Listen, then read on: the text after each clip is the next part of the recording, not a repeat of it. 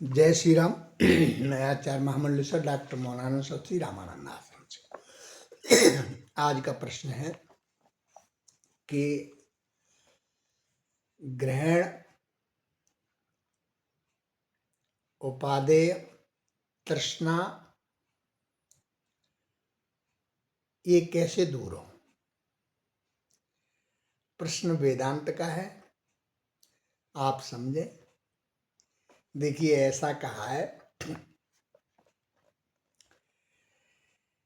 कि हेयोपादेयता तावत संसार विकट पांकुरः स्पृहा जीवित यावद्दे निर्विचार दशास्य पदम। जब तक आपके मन में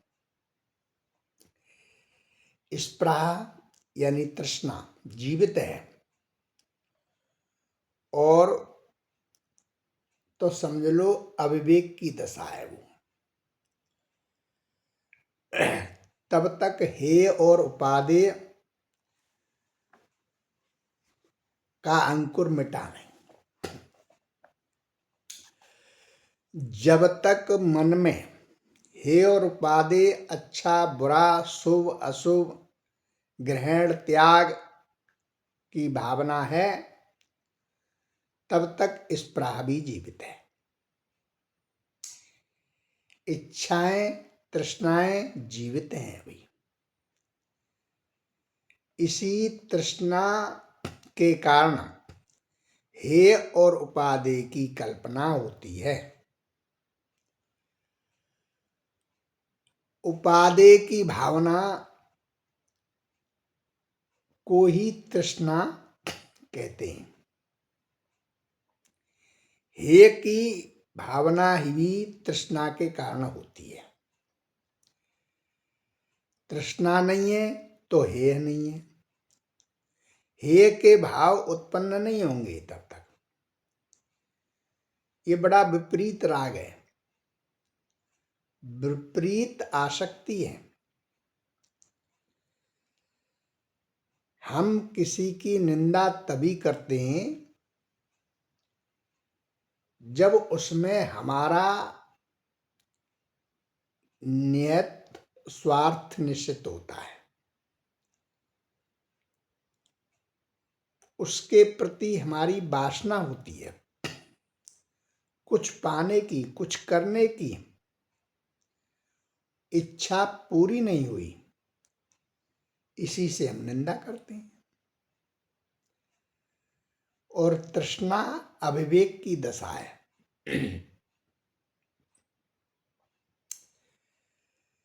त्याग भी यदि हमारा जो त्याग है वो उच्च भोग के लिए किया गया है, स्वर्ग मोक्ष आदि के लिए किया जाए, तो ये भी एक तृष्णा है। हम किसी कर्म को कर रहे हैं, उसका फल मिलेगा, फिर उसकी इच्छा क्यों करें हम? नहीं करनी चाहिए। और संसारी मनुष्य तो थोड़े से भोगों के लिए ही तृष्णा करते हैं। घर बार धन सुख बच्चा नौकरी आदि।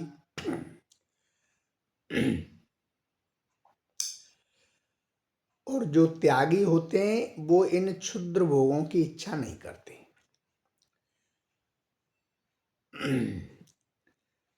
ये तो क्षणभंगुर सुख हैं, महत्वहीन सुख हैं, जो स्वयं की नहीं है और उसकी तृष्णा का त्याग स्वर्ग और मोक्ष के महासुख की तृष्णा का त्याग करता है। तो फिर समझो, भगवान को मान लो 2 रुपए का एक नारियल चढ़ा दिया, और स्वर्ग का दरवाजा खटखटाने की तृष्णा है। तो ये बहुत बड़ी अविवेक की दशा है। तृष्णा यदि जीवित है तो संसार रूपी वृक्ष का अंकुर भी जीवित है,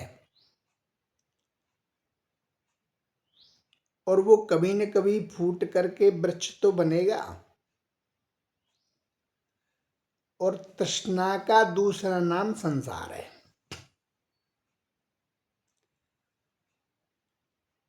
उसका त्याग ही मुक्ति है।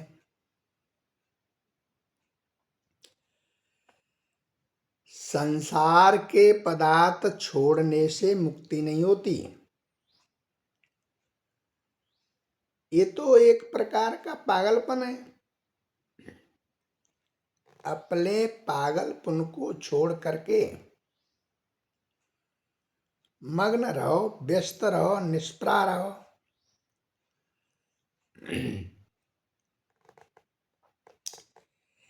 इनके छोड़ने से